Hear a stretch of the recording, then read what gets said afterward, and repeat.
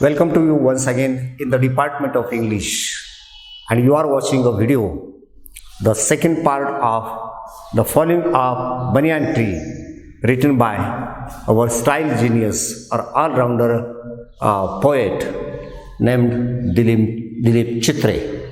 In the first part, we have studied how the poet's father just orders to the tenants to vacate their houses, the location of the ancestral house, how the structure is collapsed, and how the important trees, that is F.Y.B.A, Audumber and Neem, they were cut down. We also studied the different approach of mother and son. That is, according to the mother, that is the grandmother of Dilip Chitre. She is a naturalist, we say. So, she, according to her, to cut down the trees is a part of sin, or it's just a crime. Okay, but Dilip Chitre's father has a materialistic view, and so he neglects his mother and orders the laborers or the cutters to cut these trees. The grandmother of the poet tries her level best to convince her son to, we can say, change the decision, but he neglects his mother.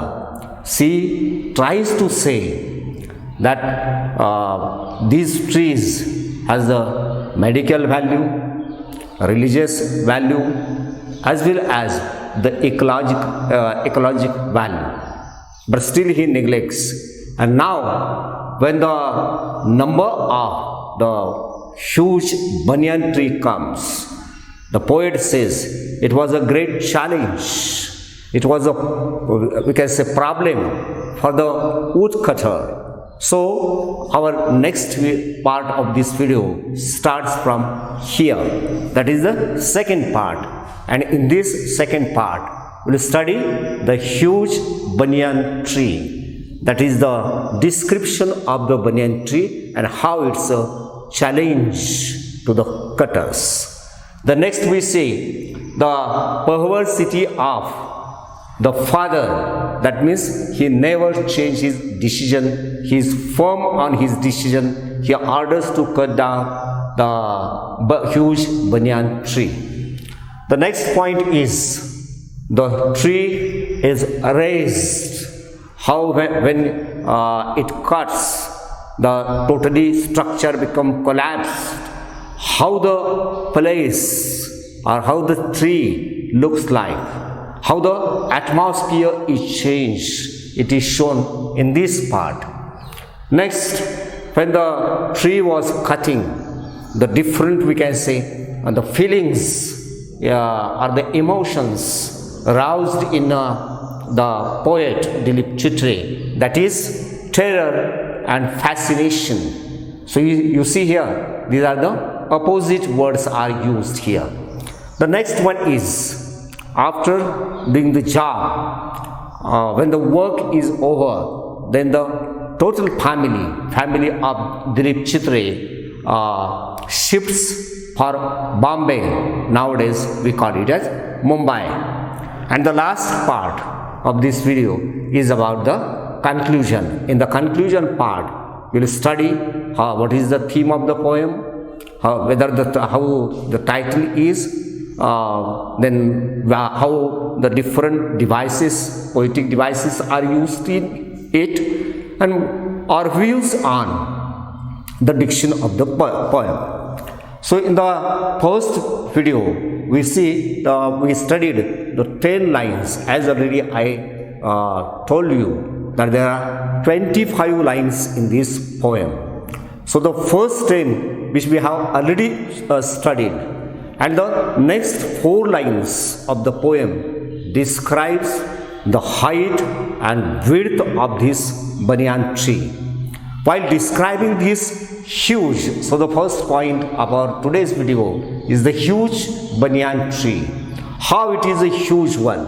The height is given, the width is given, the poet describes how it is deeply rooted and how it has a, we can say, beautiful or attractive canopy it has. While describing, the poet says in line number 11, he says, the banyan tree was 3 times as tall as our house.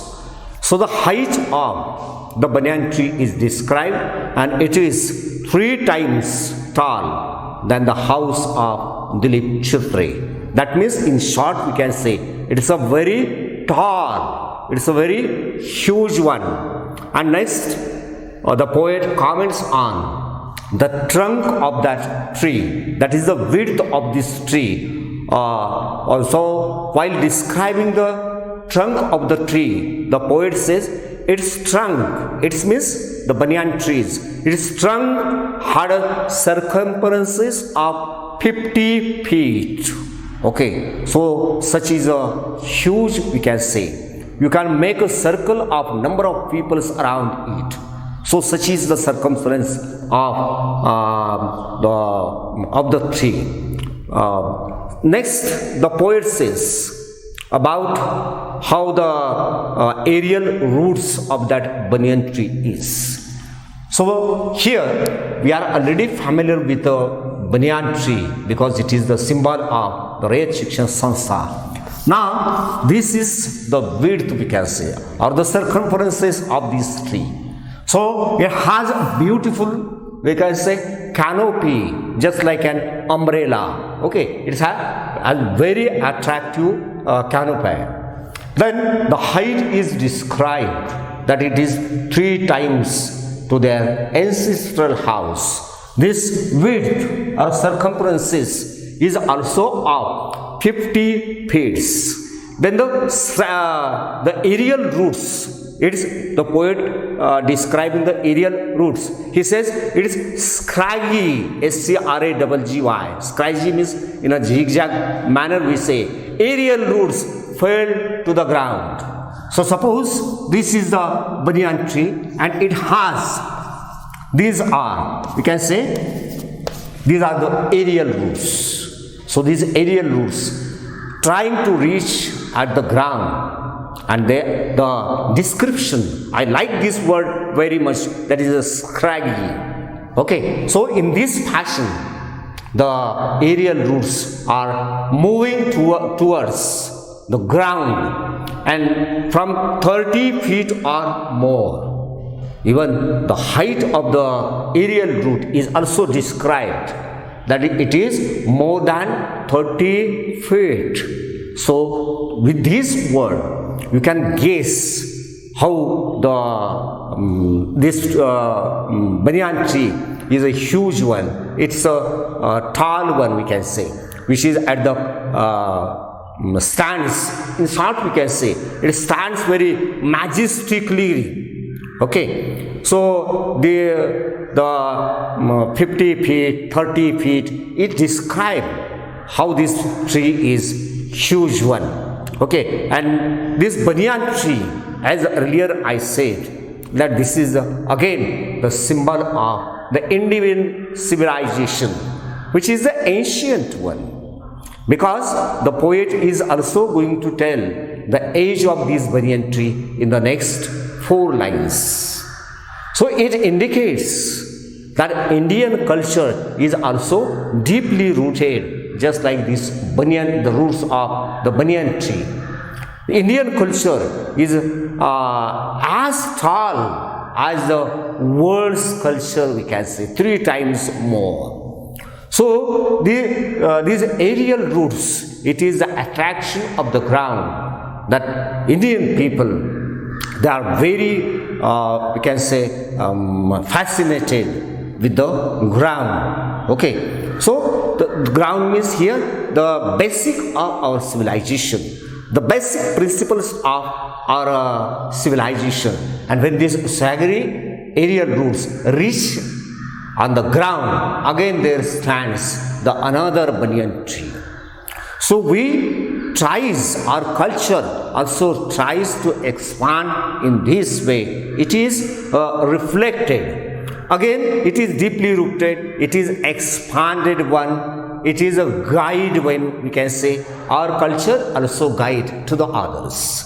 This banyan tree is a guide for human life, how the life should be. It should be the majestic, it should be deeply rooted. Okay, so because nature is our guide. I remember here the poems of William Wordsworth, to whom nature is a guide, nature is a philosopher, and nature is our nurse.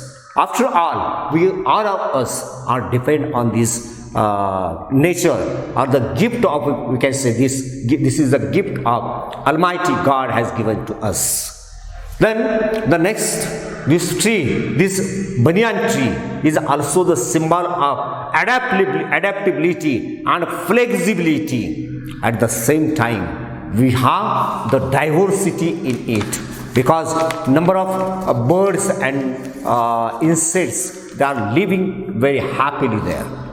And what is the decision of his father? This is a ruthlessly decision is taken by Dilip Chitre's father. And so the second point is the perversity of his father. That means he never neglects the duty of human being towards the nature. He neglects the advice given by his mother. Even Dilip Chitre also become afraid of this situation. So the last but third point is the terror and fascination. Okay, so he neglects all the people, advice of the all people. He neglects his duty. He neglects what has nature has given to us. So the next four lines, the poet says us, so first they cut the branches, because due to this picture I think would help you to show how this tree is a majestic one. It is a huge one. It is a large one. So it is a challenge to cut this tree. To the cutters, it is a great challenge for them. It is a problem for them. So far, what the woodcutters do at first they cut the branches and twigs. Okay, what is twig? Small, we can say, branch of a tree. Suppose here there are number of branches. So first they cut the twigs, then they comes to the branches, and in the next line the poem says, sowing them for 7 days, and heap was huge. So after cutting these branches, the work goes on for 7 days. With these 7 days describes how the banyan tree is a huge one, because these cutters, they are cutting with their saw and axe, you can say. So even the laborer takes seven days for it. It shows how this tree is the massive one. And at the end of this line, the poet says there was a huge means very large, huge heap, H-E-A-P. So because when they cut the branch of the tree, they put at one particular place, then after another branch, then after another branch, and later on it was just a huge mountain-like heap of the woods. And when the branches were cutting, the twigs were cutting, poet says, insects and birds began to leave the tree. So they are helpless. Even the birds and insects, they are surprised about the activity of the human being, and so they are helpless. What can they do? So when the cutters were cutting the branches and the twigs, finally the birds and insects, they leave their lovely houses, their lovely nests, their lovely holes, and they start to move from one tree to another tree. And I think this is the pathetic line of the poem, which describes how human being is the responsible of the, we can say, troubles to the other creatures in the universe. And then the poet says, and then they means who? The cutters of the Baniyan tree. And then they came to the massive trunk. First of all, they cut the twigs and branches, and then they come to this part, which is known as the trunk, we say. And then they come to its massive. What is massive? Very large, very huge. So then the cutters came at this point to cut the trees with their axe and saws. And so, how many cutters were there? There were 50 cutters. 50 cutters. They were cutting the branches of the tree for 7 days. So you can understand how the tree is huge one, how it's we can say large one. Okay, how it is a massive one. So when they reached, these 50 cutters reached to cut the huge trunk of the tree, the poet explained the word. He says, and 50 men with axes, their axes, chopped and chopped. Continuously the work was going on. We can say tirelessly they are doing the job. And the great tree, what adjective is used by the poet here, you see. The poet says, the great tree revealed. What is revealed? Open. The great tree revealed its rings. Oh, so you see, when the trunk, suppose this is the trunk, and when after cutting down, so here we have the circular types of structure. Okay, so at the trunk we notice such a type of structure on both the sides. And so here the poet says that the great tree revealed opens its rings of 200 years. So what is 200 years? So when we count these rings or circles, these circles helps us to understand how old the tree is.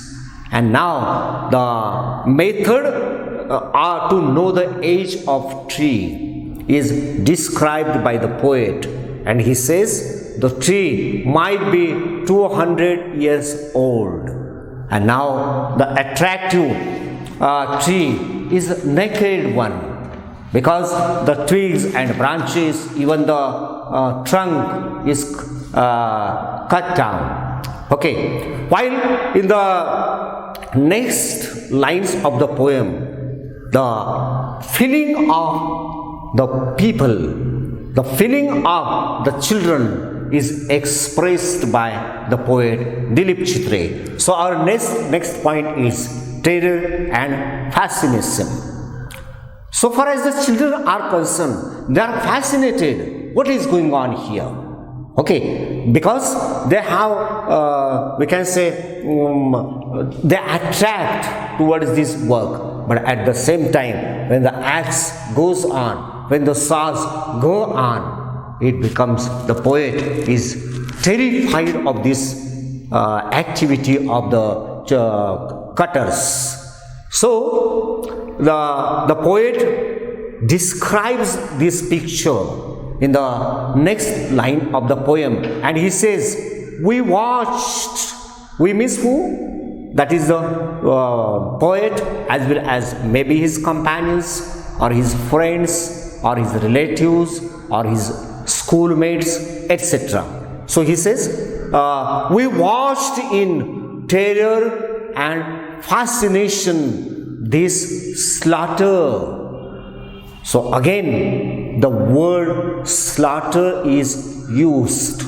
That means the tree is cut down, brutally we can say, ruthlessly, because these cutters have no feeling. So the poet purposely used these words. The work of cutting the tree is compared with the slaughter of animal. Okay, and next the poet say, as a Ra mythology reveals to us its age. So we can easily identify the age of that tree through the rings. Okay, and then the poet says, finally, in the final 4 lines, the poet is going to say, the work is over. It says that we ourselves are responsible for digging the Indian culture. So the tree, which is the symbol of our civilization, after demolishing the structures, cutting the huge tree and other trees even also, the family shifts from Baroda to Mumbai. In short, we can say the family shifts for Bombay, which is a metropolitan cities.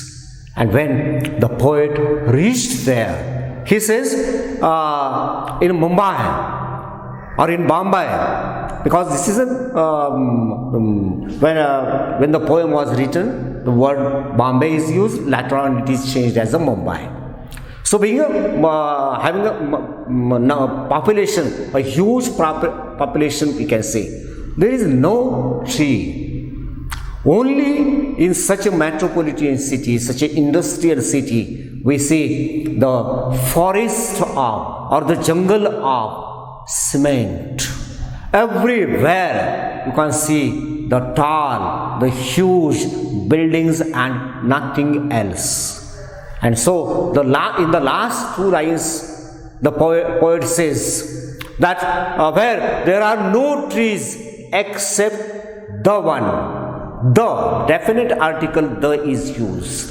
So when he reached at Mumbai, he says there was no tree except the one. The means this Baniyan tree. That means the poet usually throughout his career he remembers the massive or the attractive Baniyan tree. It is difficult for him to forget this Baniyan tree. Which is, so in this way, the poem ends here. So it has a tragic touch. The poem has autobiographical touch. So it is about the poet's, we can say, childhood, describes childhood life. It depicts the life in the rural area, how the people are, where the people are living happily. Okay, so why the family shifts to Mumbai? To earn more and more money. So the materialistic approach of human being is described in this poem. In the poem, you also see the flashback technique is used, because the poet describes his childhood when he was in Baroda, in Gujarat. Okay, so far as the title of this poem is concerned, it is apt one, it is suitable one, and it is a suggestive one. The diction of the poem is the diction of everyday speech, or we can say daily use. And it means it is a very simple language is used in it, so that the common or the average reader can understand the language. We have simile is used here. The personification, just like the dream eats stitches or boils. This is an example of personification. We have the inversion is used in the poem. The antithesis, just like the terror and fascination, these are the opposite word we can say. So we have antithesis, juxtaposed is used in the poem. The repetition is also used in the poem, just like the 50 men with axe chopped and chopped. So here the repetition of the same word describes the intensity of the action. So here it is described, and the poem, I think the poem would like to give you the message that we have to be conserve the nature, because nature is our mother. Our life is depend on this nature, and whatever the message given by Mahatma Gandhi, return to village. Okay, so the country life is a happy life one, and nowadays in this pandemic situation, corona pandemic situation, we also listen from different people how the life in the metropolitan cities, it is difficult for them, and people are returning towards their villages. What is the symbol of it? So this poem gives us the happy life, that is the spiritual happiness of the human being, not the materialistic happiness. For the materialistic happiness, we sold our minds, we sold our hearts. Okay, to get money, we forget humanity, we forget nature. So it's our duty not to forget the nature. Okay, so I hope if you like this poem, I request you to at least plant one tree and preserve it, because it gives us lot of things. Thank you to spare time with me. Thanks once again.